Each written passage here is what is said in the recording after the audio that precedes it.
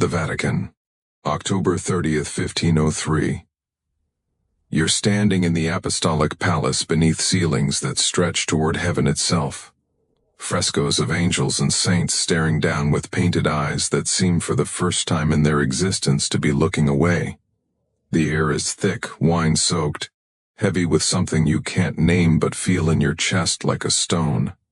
50 women crawl across the marble floor, naked, trembling, not in some forgotten corner of Rome's underbelly, not in a pagan temple buried by time, but here, in the heart of Christendom, in the home of the man who claims to speak for God.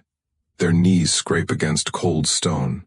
Their breath comes in short, terrified gasps. Cardinals line the walls in scarlet robes that catch the candlelight like pools of fresh blood. Some cross themselves so frantically their hands blur. Others turn their faces away, but their feet stay planted because the doors are locked. Guards stand ready, hands resting on sword hilts, eyes forward. No one leaves, no one speaks. And at the center of it all, elevated on a throne gilded in gold that glows like molten sin, sits Pope Alexander V, VI, the Holy Father, God's representative on earth. He's smiling, laughing even, leaning forward with the enthusiasm of a man watching a particularly thrilling horse race. He points, makes a joke, places a bet with the man beside him, his son, Cesare Borgia, whose face remains as cold and expressionless as marble.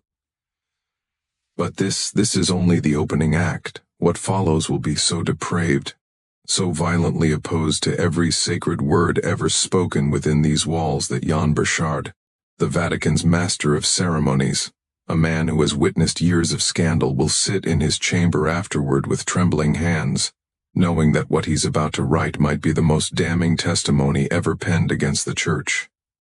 This is the story of a wedding night that became a nightmare, a night when 2 innocent people were destroyed to satisfy the twisted appetites of the most powerful family in Italy, a night when the Vatican itself became a theater of hell. The question you should be asking isn't how this happened. The question is who was forced to suffer through it, and more importantly, why did everyone just stand there and watch? Look, if you're drawn to the documented records that textbooks conveniently forget, if you want to understand the real darkness that shaped our world, then subscribing to Curious Historians helps us continue digging into archives and uncovering accounts that powerful institutions spent centuries trying to bury. We don't just tell stories, we exhume them. Now, back to that wedding night. Her name was Lucrezia Borgia. By 1503, that name alone was enough to make noblemen cross themselves. Europe whispered it like a curse. Poisoner, seductress, the Pope's daughter who moved through marriages the way other women changed gowns, leaving corpses behind each time. But those who actually knew her, the servants who dressed her in the mornings, the attendants who sat with her through long silent nights, they saw something different. They saw a 21-year-old woman with eyes far older than her face, a woman who woke screaming, clawing at her chest, reliving horrors she refused to name, a woman who wasn't the monster. She was the prey. Her first husband, Giovanni Schwarzer, had fled Rome in the dead of night, claiming assassins were hunting him. He wasn't paranoid. He was right. The marriage was annulled the moment it stopped serving her father's ambitions. Giovanni lived, but only because he ran fast enough. Her second husband, Alonso of Aragon, wasn't so lucky. She was 19 when it happened. 19 and in love. Real love. The kind that made her smile again, the kind that made her believe she could survive this family. Cesare, her brother, had other plans. Alonso was strangled on the steps of the Vatican. The assassins made sure Lucrezia heard it, made sure his final screams echoed through the corridors so she would understand. Love was a weakness the Borgias could not afford. And now in the autumn of 1503 came the announcement that made all of Italy hold its breath. Lucrezia Borgia would marry again. This time the groom was Alonso d'Este, heir to the powerful Duce of Ferrara, a young prince raised on concepts like honor, duty, nobility. A man who believed his name, His lineage, his ancient bloodline meant something. He tried to refuse, sent diplomats with carefully worded excuses, begged his father to find another alliance, any other alliance, offered bribes, trade agreements, military support, anything to avoid this marriage. But you didn't say no to Alexander V, 6th. The message that arrived in Ferrara was delivered by a cardinal with sweat staining his collar despite the winter cold. He spoke quietly, but every word landed like a blade. Accept this marriage, or we will erase your family from history. It wasn't an exaggeration. Ces's armies could obliterate Ferrara within weeks. Excommunication would strip the d'Este family of legitimacy, turning allies into enemies overnight. Their dynasty, centuries old, would become a footnote. So, Alfonso d'Este packed his belongings, kissed his mother goodbye, and rode toward Rome like a condemned man walking to the gallows. What he didn't know, what even Lucrezia didn't fully understand, was that this wedding wasn't about politics, it wasn't about alliances, or trade routes, or military strategy. It was about breaking them both. It was about showing every noble family in Italy what happened when you thought your name, your lineage, your ancient bloodline made you untouchable. The Borgias were about to prove that nothing was sacred when power wanted to make a point.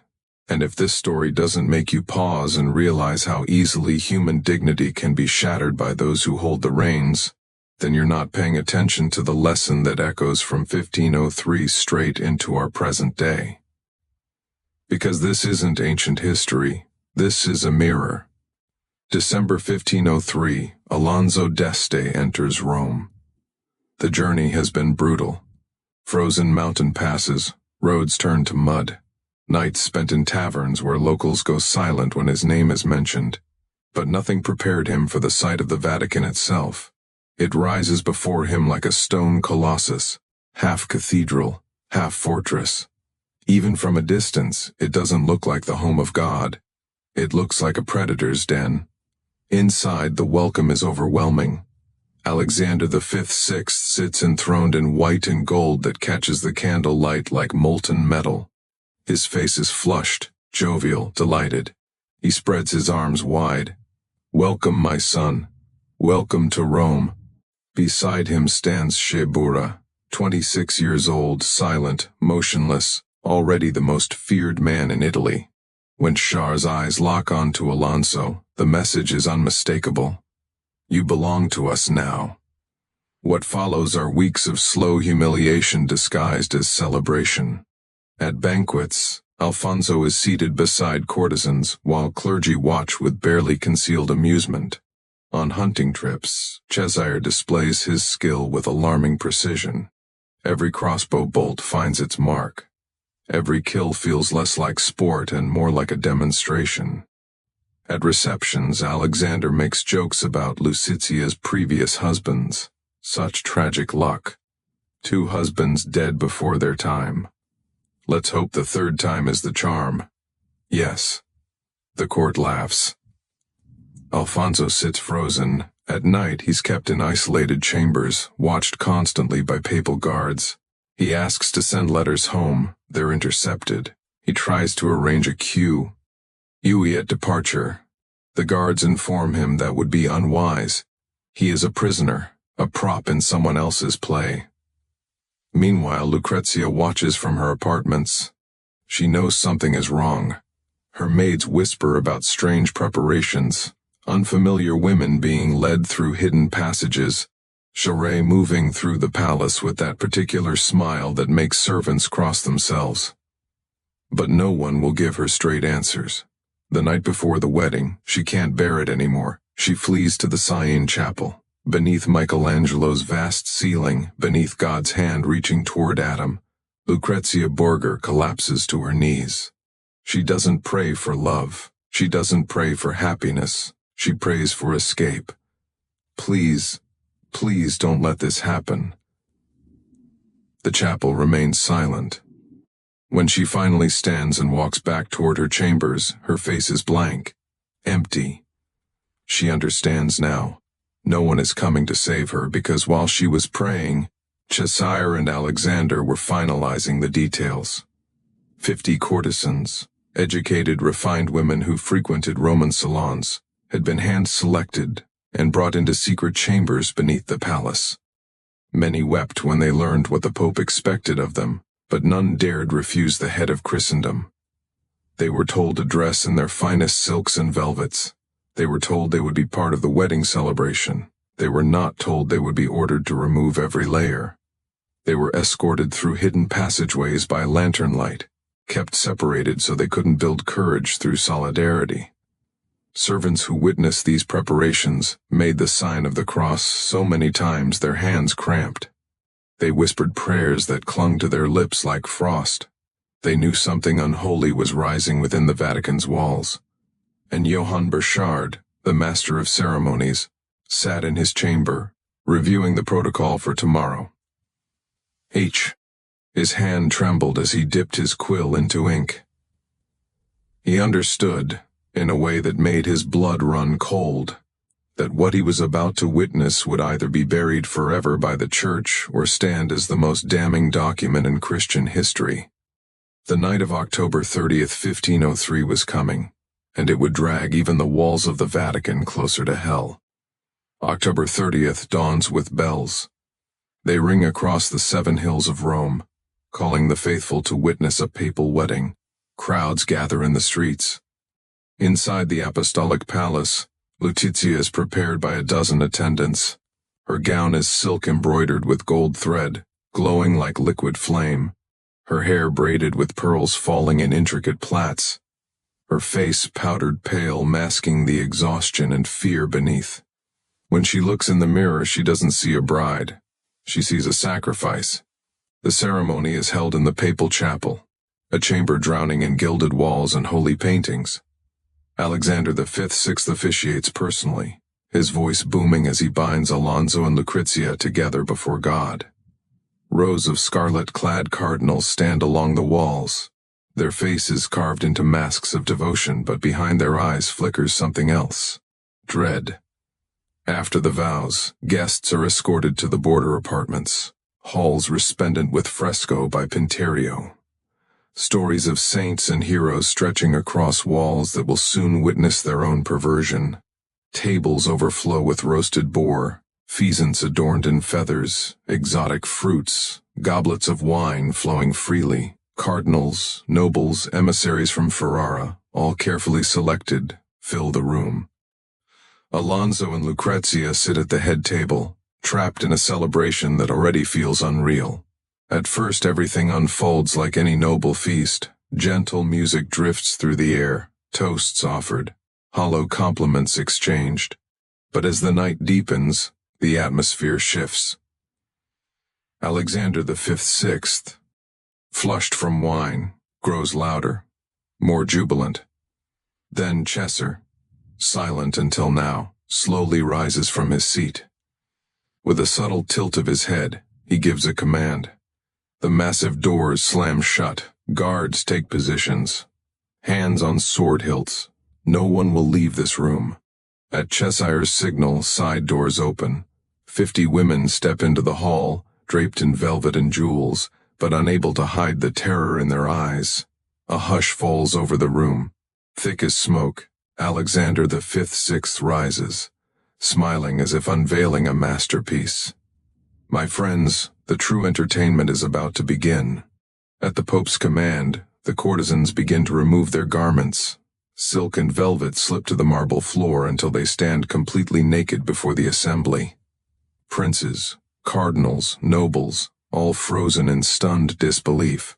A cathedral built for prayer now stares at a scene torn from a blasphemous dream. Cardinals turn away, trembling fingers tracing crosses. Some try to rise to flee, but the guards shift forward, making it clear no one escapes. Alfonso sits frozen, his face drained of color. Lucrezia begins to cry. Silent tears stream down her face, soaking into her wedding dress. Her hands clenched so tightly her knuckles turn white. But Alexander is just getting started. He orders servants to bring in baskets of chestnuts and scatter them across the marble floor. The nuts roll between horrified guests. echoing like distant thunder. Then comes the announcement that makes even hardened men flinch. The naked courtesans are to crawl on all fours between the legs of cardinals and nobles to collect the chestnuts like animals. The woman who gathers the most will be rewarded with golden silks. What follows is so extreme that Jan Bersard will later write he struggled to find words. 50 naked women crawl across the sacred Vatican floor, weaving between the robes of church princes, while Alexander and Chesi watch from above. They're laughing, pointing, placing bets like this is cheap entertainment in a brothel, not the beating heart of Christendom. Some young cardinals, drunk and overwhelmed, join the laughter. Others bow their heads, crushed by the war between faith and terror. Alonso sits motionless, unable to comprehend this is his wedding feast in the Vatican under the eyes of the man who claims to speak for God. And Lutezia's wedding dress has become a shroud, her tears dried into frozen emptiness. She never imagined they would turn her wedding into a ritual of damnation. The Vatican clocks toll midnight. Alexander raises his hand, silencing the room. The chestnut game is over. Exhausted courtesans huddle in corners. Wine soaks the tables. Guests sit frozen, half drunk, half stunned, entirely broken. But Alexander is clear-headed, focused, intent. His next command silences the hall completely. My friends, the sacred duty of marriage must now be fulfilled. But what he orders next crushes whatever remains of dignity. Alfonso d'Este will consummate this marriage with my daughter, not once, 3 times, and not in private. Every witness present will remain in place to verify the union is sealed irrevocably before both the church and the world. The hall descends into horrified silence. Even Schur looks sharply at his father, caught off guard by the sheer audacity. Alonso rises slowly, his face gray as ash. He is surrounded by Cesare's armed men. Their hands grip sword hilts. There is no refusing this command. He turns to Lucrezia. She trembles like a trapped bird, her eyes vacant. Her lips move soundlessly under the murderous gaze of guards and the Pope's expectant stare. Alfonso has no choice. He extends his hand. Lucrezia takes it with fingers cold as death. Together they walk toward an adjoining chamber, a bed, candles, fresh linens, a bridal chamber. But the doors remain wide up. And no privacy, no humanity. Those who haven't fled are forced to stand in the outer room in full view of what is about to take place. What follows is not a union. It is the destruction of 2 human beings. Witnesses stare in stunned silence. Some whisper desperate prayers. Others cry quietly. Even the courtesans look away in grief. And as the night drags on, as the Pope's horrific decree unfolds, step by agonizing step, a single truth fills the Vatican. Something sacred has died in this palace tonight. If you've stayed with us through this descent, if this moment makes you realize how fragile human dignity is, when power loses all restraint, then remember this isn't fiction. This happened in the heart of the Christian world under the roof of the man who claimed to represent God on earth, and almost everyone who witnessed it stayed silent. By the time the first pale light of dawn creeps through the windows of the Borgia apartments, Lucrezia has slipped into a state beyond exhaustion, beyond fear. Her mind, desperate to survive, has separated from the nightmare unfolding around her. She moves mechanically without thought, as if her spirit has fled her body to escape the horror. She can no longer fight. When the ordeal is finally completed, Cheshire announces triumphantly that the marriage is now bound 3 times, sealed in the eyes of both the church and the law. Impossible to challenge, impossible to undo. Alexander VI lifts his wine cup in satisfaction, smiling as if the night had been nothing more than an extravagant celebration. What remains are the broken cardinals who entered draped in scarlet as servants of God now stand as unwilling witnesses to an atrocity they can never confess. Their silence, their inaction, has made them accomplices. When the sun rises fully over Rome, it reveals devastation, empty wine jugs, chestnuts crushed into marble, exhausted courtiers. Sans curled in corners, guards standing like statues, eyes downcast.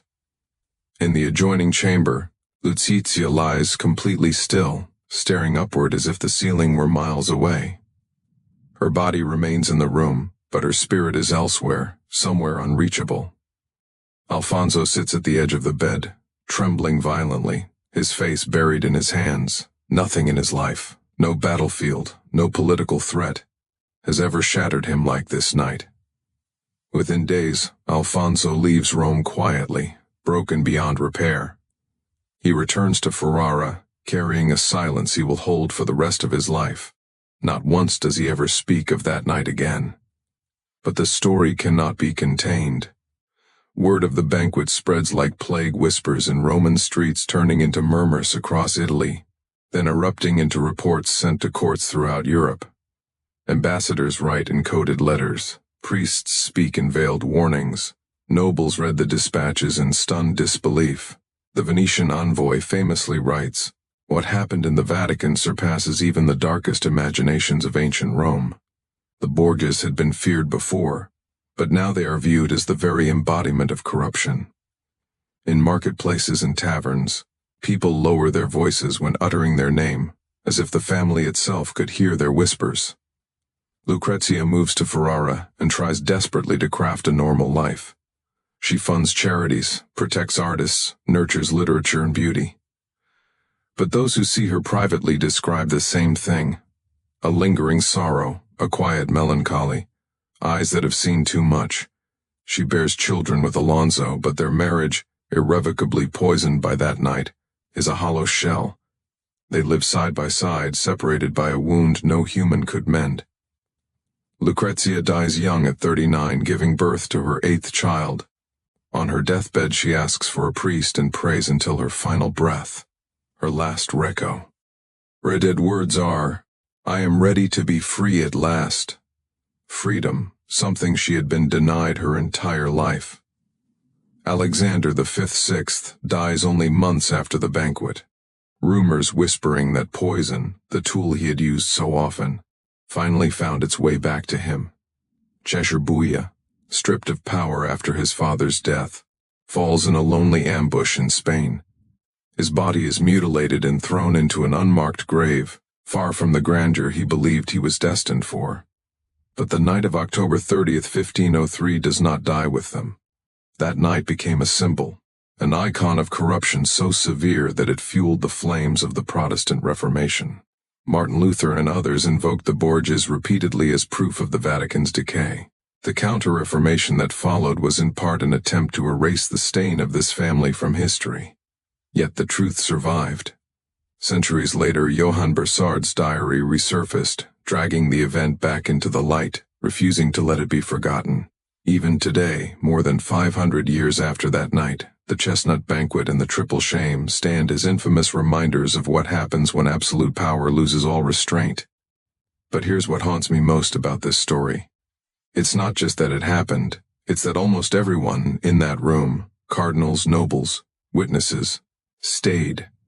They watched. They remained silent. They became accomplices through their inaction, because speaking up meant risking everything, their positions, their lives, their families.